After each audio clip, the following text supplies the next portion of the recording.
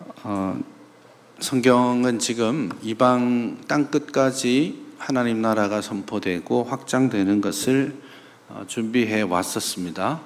처음에는 스데반의 핍박을 받고 교회가 이제 환난 가운데 처해지면서 교회가 이제 흩어지게 됩니다. 강제로 흩어지게 되죠. 예수님 부활하시고 땅끝까지 복음 전하라 라는 명령의 말씀을 받았지만 교회가 한 7년 정도는 계속 예루살렘에 머물러서 있었죠. 이제 그런 중에 핍박이 일어나고 할 수 없이 흩어지는 상황이 되었고요. 또 사도행전은 한 가지 더 준비하고 있는데 최초의 이방 전도자로 부름받을 사울의 회심을 먼저 언급했습니다. 이방 사역을 위해서 하나님이 사람을 세우시는 것을 우리가 보았고요. 바로 그 다음에 최초의 이방인 신자를 만나게 됩니다. 그래서 백부장 고넬료를 이제 회심시키는 그 사건이 일어나게 되죠. 그리고 나서 이제 그 다음은 뭐겠어요? 최초의 이방인 교회가 세워지는 자리로 나아가게 되죠. 그게 이제 소위 11장부터 해서 오늘 13장까지 듬성듬성 보게 될 텐데 해당되는 교회가 바로 안디옥 교회입니다.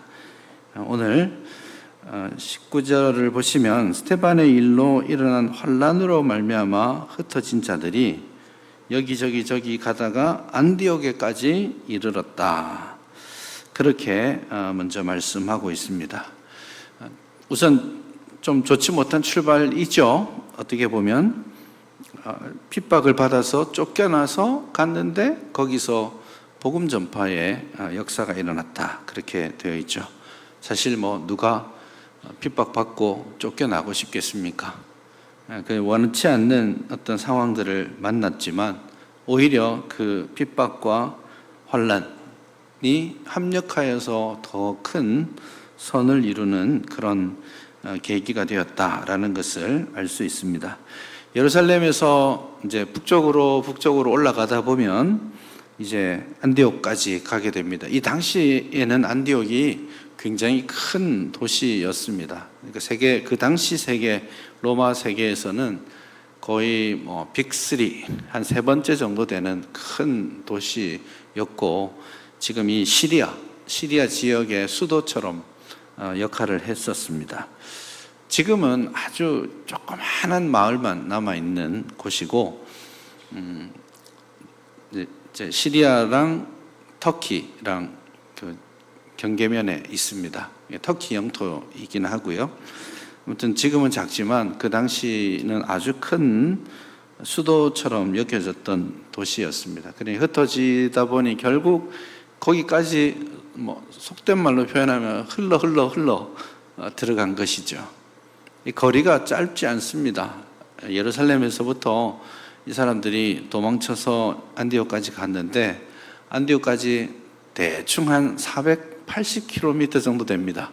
여기서부터 이제 걸어서 서울 지나고 파주 지나고 이렇게 걸어가야 될 만큼 먼 거리이죠. 이렇게 멀리까지 가서 먼저는 복음을 전하는데 첫째는 유대인에게만 말씀을 전했고요. 그 중에 몇 사람이 헬라인, 이방인에게도 복음을 전하게 됩니다.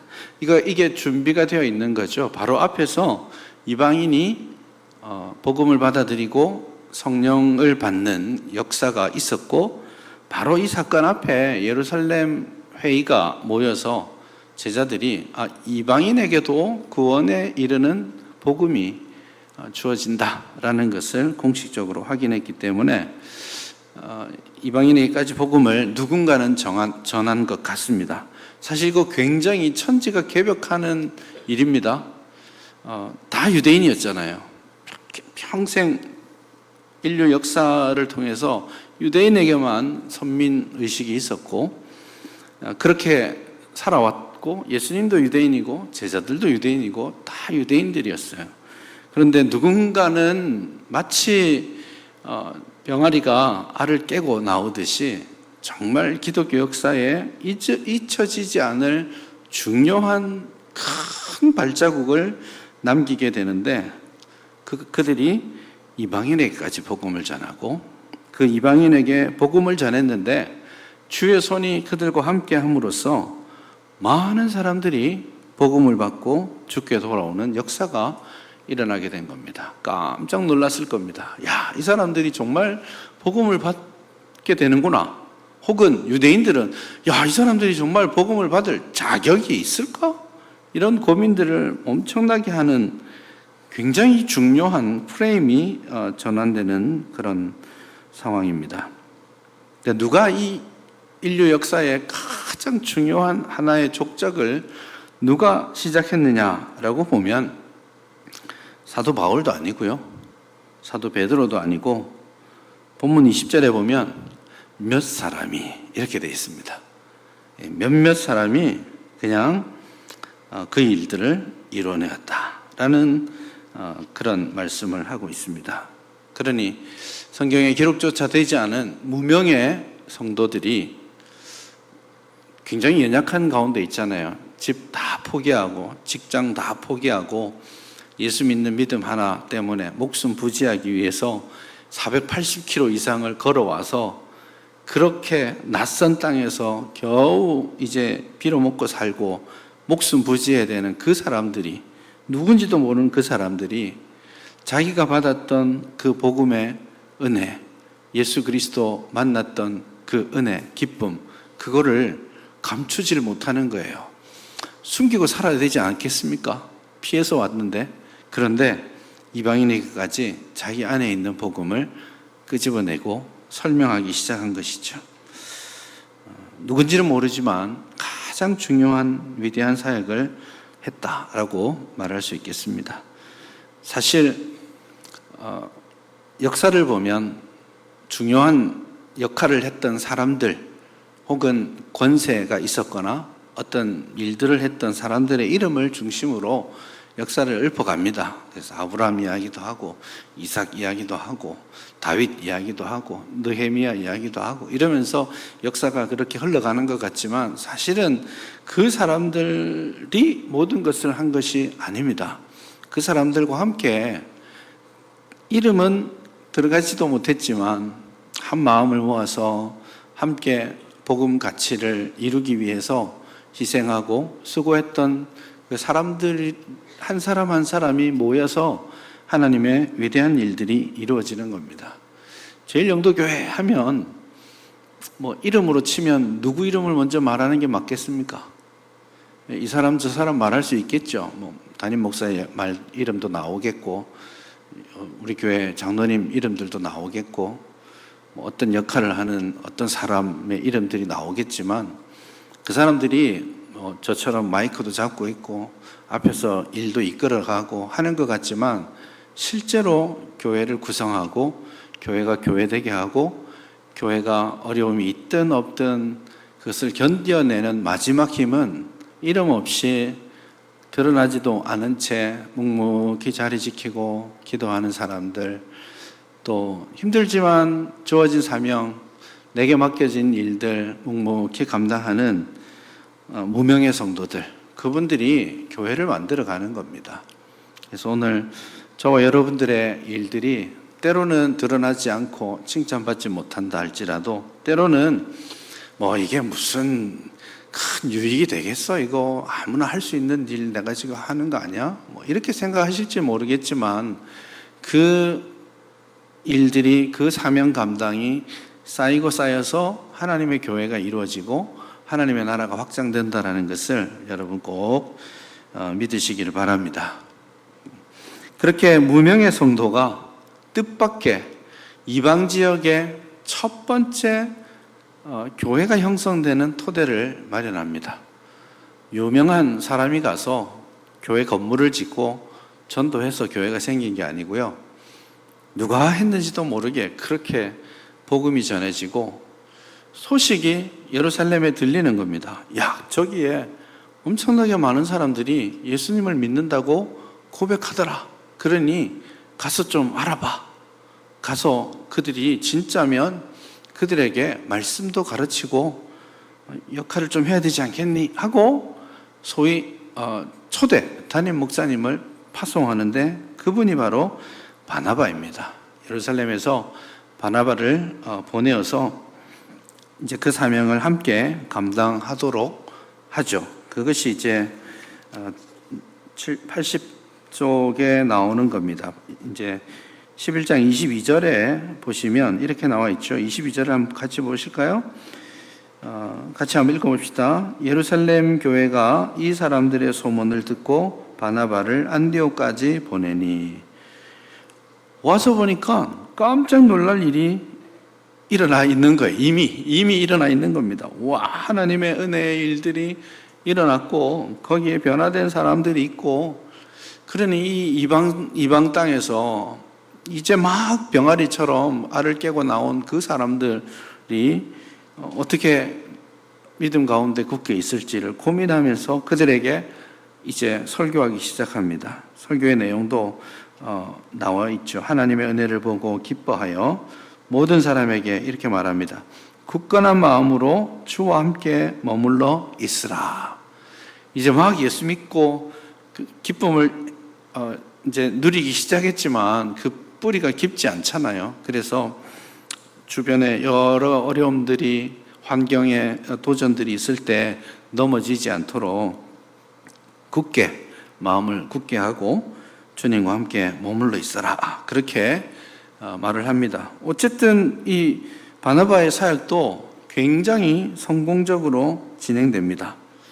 그런데 또 한 1년 사역을 하면서 교회가 계속 커져갑니다. 그러니 혼자 안 되겠거든요. 그래서 바나바가 25절을 보시면 또 중요한 하나의 결단을 합니다. 바나바가 사울을 찾으러 다소에 갔다. 그렇게 말합니다. 바나바가 사울에 대한 소식을 들었을 겁니다. 아마도 사울이 어떤 악행을 했는지부터 모르는 사람이 없었겠죠. 아주 유명한 일들을 해왔기 때문에. 그런데 사울이 회심했고, 사울은 이때 부름받기 전까지 아라비아를 중심으로 해서 복음전도 사역을 여러 해 계속 하고 있었습니다. 그 소식을 들었던지 사울을 찾기 위해 다소로 갑니다. 여러분, 지도를 잘 보셔야 되는데, 또 안디옥에서 다소까지는 한 160km 정도 됩니다.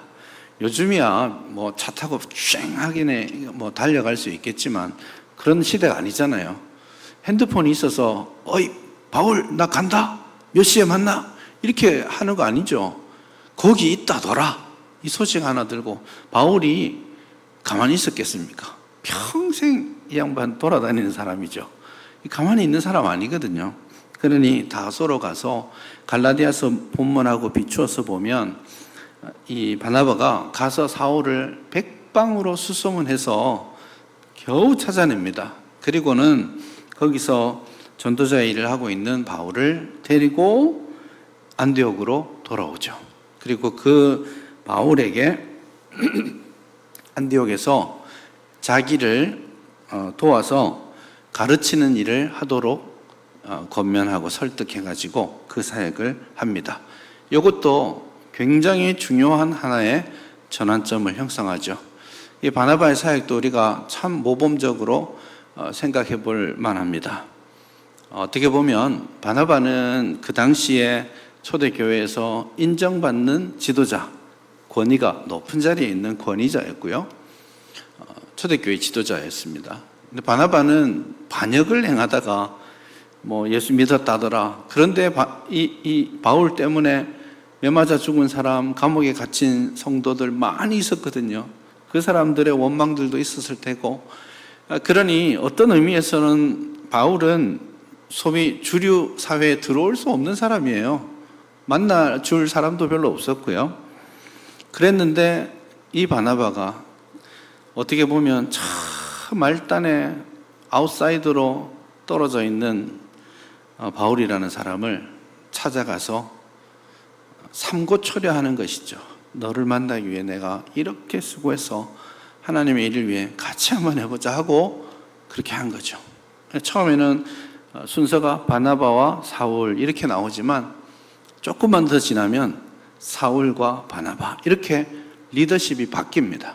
그런데 이 바나바가 그 전환을 사실은 샘도 나고 싫어할 만도 한데 그걸 다 받아들이고 하나님께서 바울에게 가지셨던 그 마음들을 인정하고 그를 자기 다음 혹은 자기 앞서는 지도자로 세워가는 그런 모습이 있죠.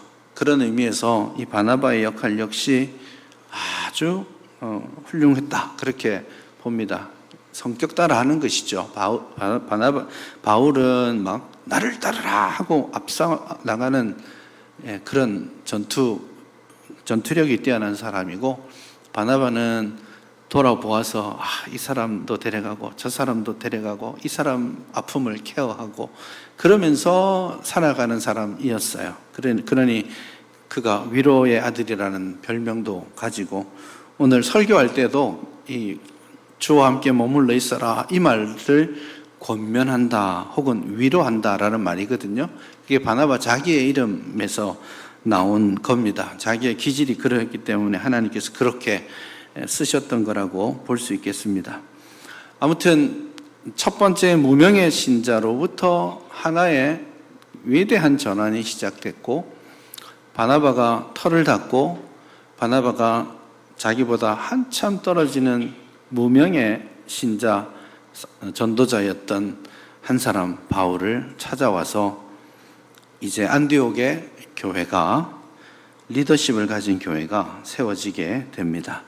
그 사역에서 이 안디옥 교회가 여러 첫 번째 타이틀을 가집니다. 첫 번째 이방 교회가 생긴 곳이기도 하고, 그리고 또 처음으로 11장 26절에 가면 처음으로 예수쟁이 혹은 그리스도인이라는 이름을 가지게 된 그런 교회도 되었고요. 하나 더 있습니다. 이 안디옥 교회는 역사상 처음으로 외국에 선교사를 파송한 그런 교회가 되기도 합니다. 13장 1절부터 3절을 한번 읽어보겠습니다. 82쪽에 나와 있죠. 같이 한번 읽어볼까요? 시작. 안디옥 교회에 선지자들과 교사들이 있으니 곧 바나바와 니게르라 하는 시므온과 구레네 사람 루기오와 분봉왕 헤롯의 젖동생 마나엔과 및 사울이라. 주를 섬겨 금식할 때에 성령이 이르시되 내가 불러 시키는 일을 위하여 바나바와 사울을 따로 세우라 하시니 이에 금식하며 기도하고 두 사람에게 안수하여 보내니라. 그렇게 안수해서 보냄으로써 소위 제1차 사도 바울의 1차 전도 여행이 시작되게 됩니다. 교회를 이루었는데 여기는 이방인 교회잖아요. 지금 찾아간 몇몇 신자만 유대인이고 나머지는 다 이방인들이고요. 그리고 그 이방인 교회는 굉장히 독특하게 세워져 있기도 합니다.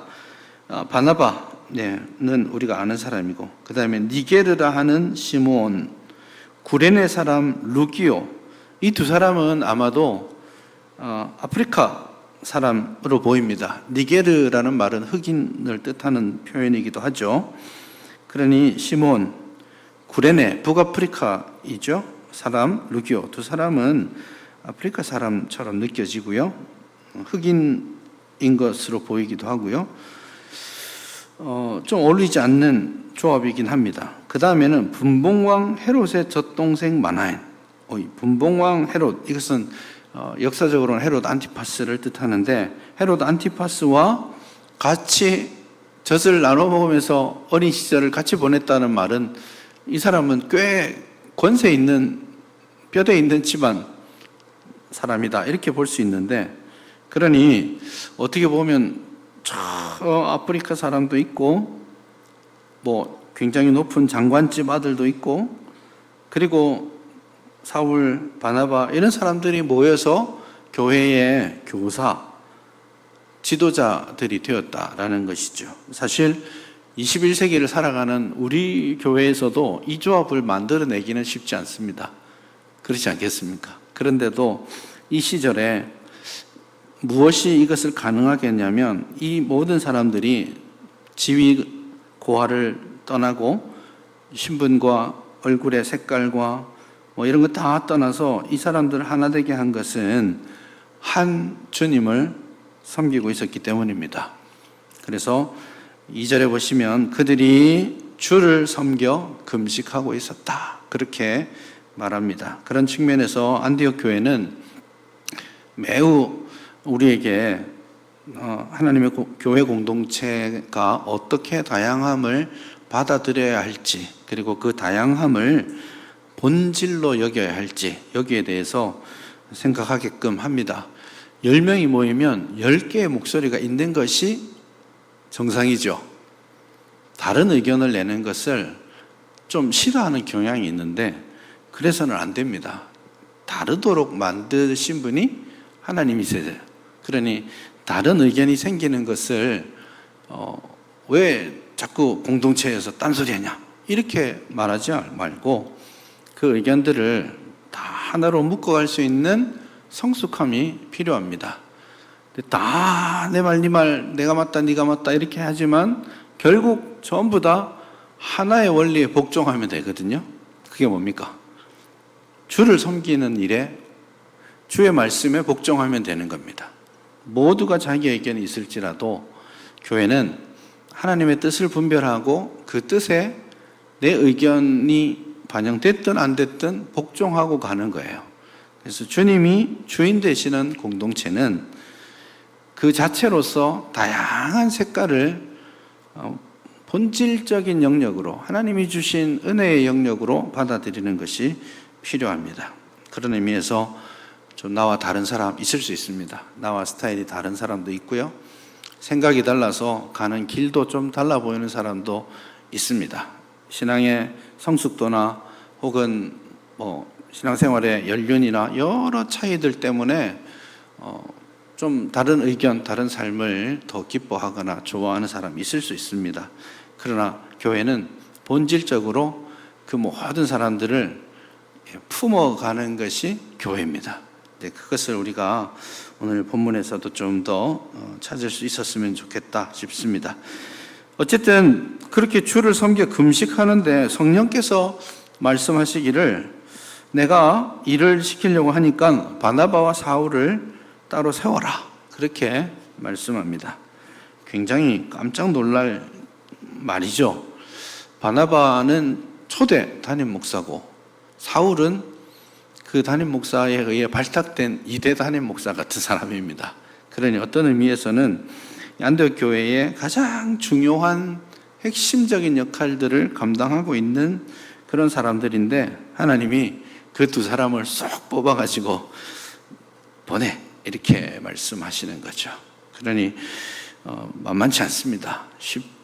쉽지 않은 결정이었을 겁니다. 그럼에도 불구하고 주께서 그렇게 말씀하시니 또 보세요. 주를 섬겨 금식할 때에 성령의 말씀을 듣고요, 그 말씀을 듣고 또 3절에 보면 이에 금식하고 기도하면서 순종하기로 결정합니다. 이게 아주 쉽지 않은 결정이지만 아름다운 교회의 모습이라고 생각합니다. 하나님의 나라를 확장하고 복음을 전하는데 하나님께서는 우리에게 너 남는 것 좀 내놔, 이렇게 말씀하시는 게 아니고 너 어려운 거 알지만 너 중요한 걸 좀 내놔봐.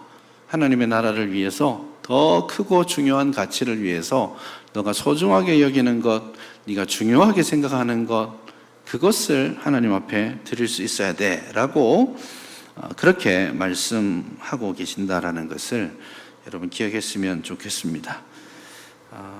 그렇게 우리가 힘을 다해 주의 복음을 위해 하나님의 나라를 확장하는 일에 헌신하게 될 때 이 안디옥 교회를 통해서 세계 선교의 문이 열렸던 것처럼 우리 교회를 통해서도 하나님의 나라가 확장될 줄 믿습니다. 우리 교회가 안디옥 교회처럼 처음으로 우리 교단에서 해외에 선교사님을 보낸 곳 아닙니까?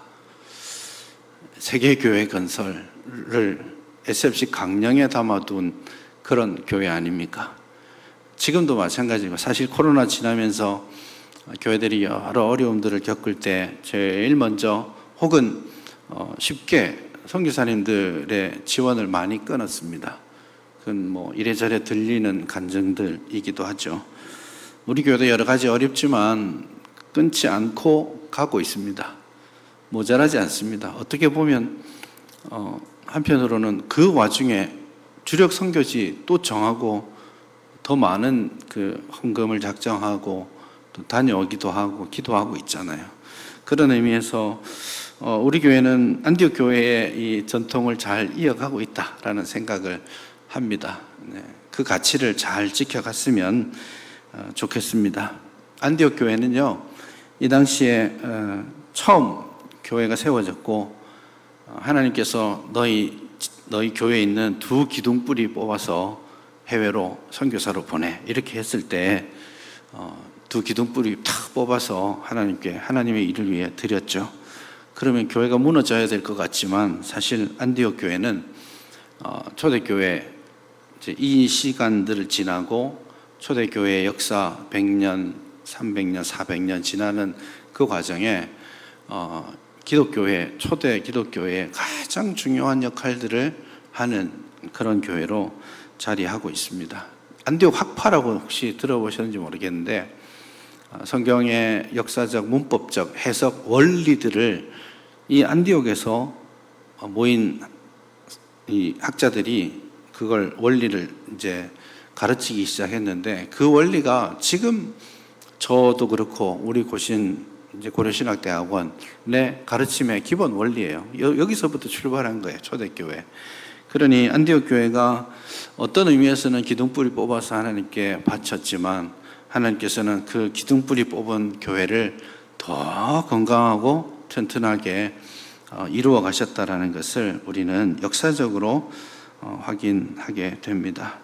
이들이 주를 섬겨 금식하고 기도하다가 성령의 인도하심을 받고 주를 섬겨 금식하며 기도하고 주의 말씀에 복종했던 것처럼 우리가 하나님의 말씀에 귀 기울이고 기도하고 또 기도하면서 주의 뜻을 분별하고 또 순종의 열매를 맺어가는 안디옥 교회, 제2의 안디옥 교회로 자리 잡아가는 복된 교회가 되었으면 좋겠습니다.